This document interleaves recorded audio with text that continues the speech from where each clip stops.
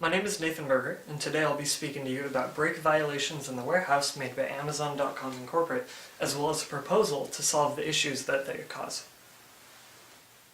In the last 2 decades, Amazon rose as a competitive marketing giant. Remarkably, Amazon's track record for labor has remained relatively clean during its run compared to other industry giants, with one exception: the shortened lunch breaks of warehouse employees. In 2013, a lawsuit filed against Amazon claimed a violation of labor laws and lunch break policies. This proposal recommends renovating new and existing warehouses with kitchens inside the warehouse floor. By moving these lunch areas, employees will no longer suffer from long walks to the break areas in their unpaid half-hour breaks. The improvement of food in this process will boost employee nutrition and satisfaction, which benefits employee productivity and considerably increases revenue. Having more satisfied workers will result in 10 to 20% higher levels of productivity than those produced by unsatisfied employees.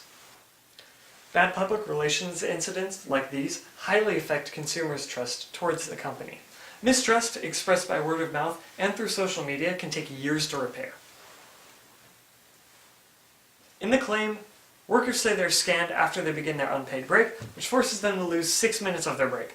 Along with this, workers are required to walk another 6 minutes to a designated lunch area.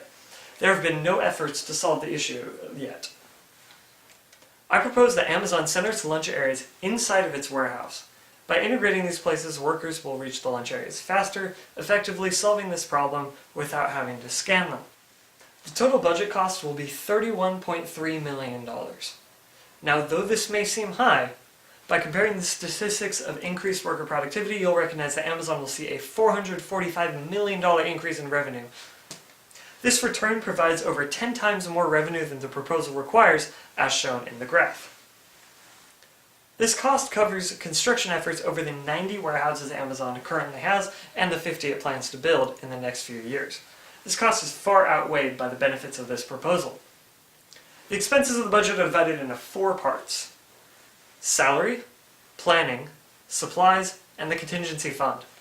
The project will take 4 months to complete for each warehouse and should be completed simultaneously. The first category is salary. Personnel required for the renovation job include 1 designer, 2 contractors, and 1 project lead per warehouse. With all 140 warehouses considered, the total project cost for salary will be $12.6 million.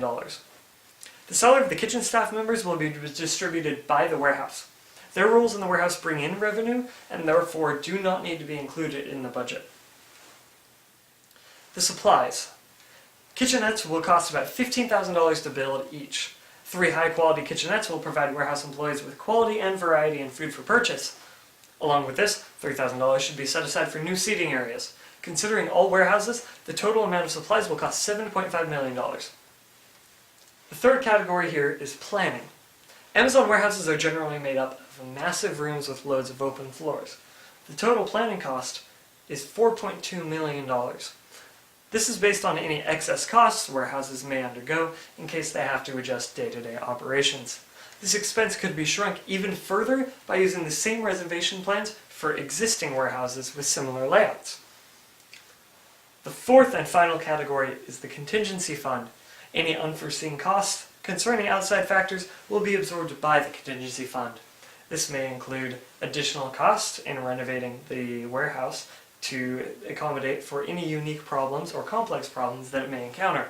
A generous amount of $7 million for contingency fund will be plenty enough to offset additional costs while remaining financially feasible. Amazon's labor law violation may still be in court, but the problems it creates should be addressed now. If these actions are taken, Amazon will produce considerably more revenue through increased worker satisfaction and productivity. Considering Amazon's sizable current revenue, a minuscule improvement in satisfaction would result in a boost in revenue, which would far outweigh the cost of this proposal. Are there any questions?